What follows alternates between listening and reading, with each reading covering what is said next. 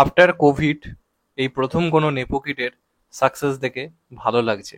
এবং আমি এই কথাটাই বারবার বলার চেষ্টা করি, নেপো কিড না আউটসাইডার ফ্যাক্টরটা এটা নয়, তুমি তাকে কিভাবে প্রেজেন্ট করছো তার উপর অনেক কিছু ডিপেন্ড করে। আজকে নেপো কিডদের খিল্লি করার যুগে এই ছেলেটাও তো একটা নেপো কিড। এই যে আহান পান্ডে বলে যে ছেলেটা উঠছে, ও তো মেনলি নেপো কিড। এবং তার বোন, যাকে সোশ্যাল মিডিয়াতে প্রচুর পরিমাণে খিল্লি করা হচ্ছে, অনন্যা পান্ডে। অনন্যা পান্ডে কিনা অত খিল্লি হলো, কিন্তু এই ছেলেটাকে নিয়ে খিল্লি হচ্ছে না কেন? কেউ কি ব্যাপারটা ভেবে দেখেছে? আজকে যখন থেকে একটা টিজার ট্রেলার এসছে বা এই যে এতগুলো গান এলো, এখনো পর্যন্ত কিন্তু কাউকে দেখতে পাবেন না যে আহান পান্ডেকে নিয়ে খিল্লি করছে বা এই চলো ভাই আর একটা নেপোকিট এলো, এর দ্বারা কি হবে, এরকম ধরনের কথাবার্তা কিন্তু বলছে না। তার কারণ হচ্ছে পরিচালক। আজকে এটাই যদি করণ জোহরের ধর্মা প্রোডাকশন থেকে আসতো, দেখতে কিভাবে তাকে প্রেজেন্ট করতো। আজকে করণ জোহর আউটসাইডারকে বাদ দিয়ে যে নেপোকিটসদেরকে নেয়, সেটা নিয়ে সমালোচনার বড় কারণ হচ্ছে যাদেরকে নেয় তারা অভিনয়টা করতে পারে না এবং তাদেরকে ঠিকঠাকভাবে প্রেজেন্ট করতে পারে না। কিন্তু একটা ভালো পরিচালক যাকে যদি প্রপারলি ঠিকঠাকভাবে প্রেজেন্ট করতে পারে, যদি ট্রেলার টিজার প্রমিসিং লাগে, আজকের দিনে কিন্তু ইউথরা মুখিয়ে রয়েছে নতুন হিরোদেরকে সাপোর্ট করবার জন্য, নতুন হিরোইনকে সাপোর্ট করবার জন্য। এবং এটা একটা খুব গুড একটা ব্যাপার বলিউডের বক্স অফিস দিক দিয়ে বিচার করে, বক্স অফিসের ভবিষ্যতের দিক দিয়ে কথা বিচার করে যদি বলা যায়, এটা খুব ভালো একটা বলা যেতে পারে খবর, যেটা আমাদের টলিউডে হচ্ছে না।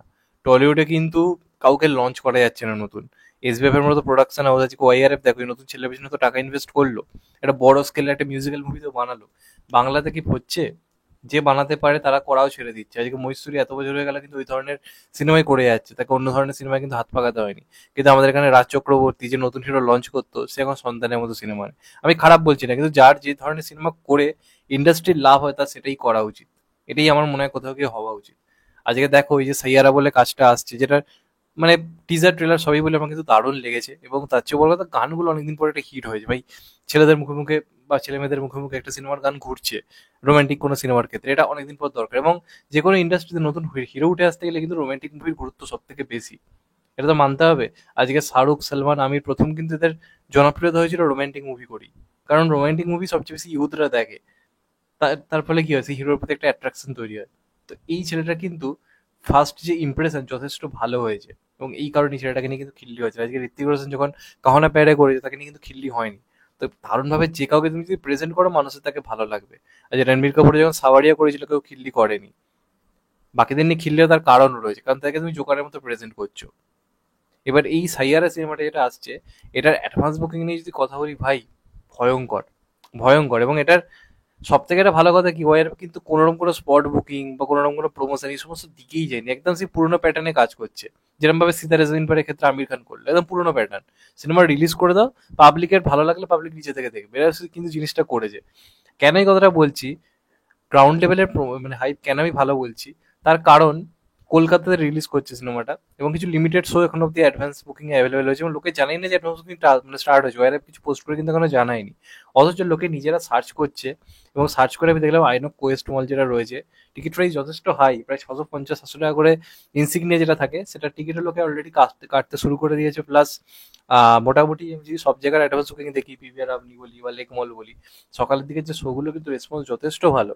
রীতিমতো কিন্তু মানুষ টিকিট কাটছে। এবং আজকে কিন্তু সবে মঙ্গলবার, বুধ বৃহস্পতিবার পড়ে রয়েছে।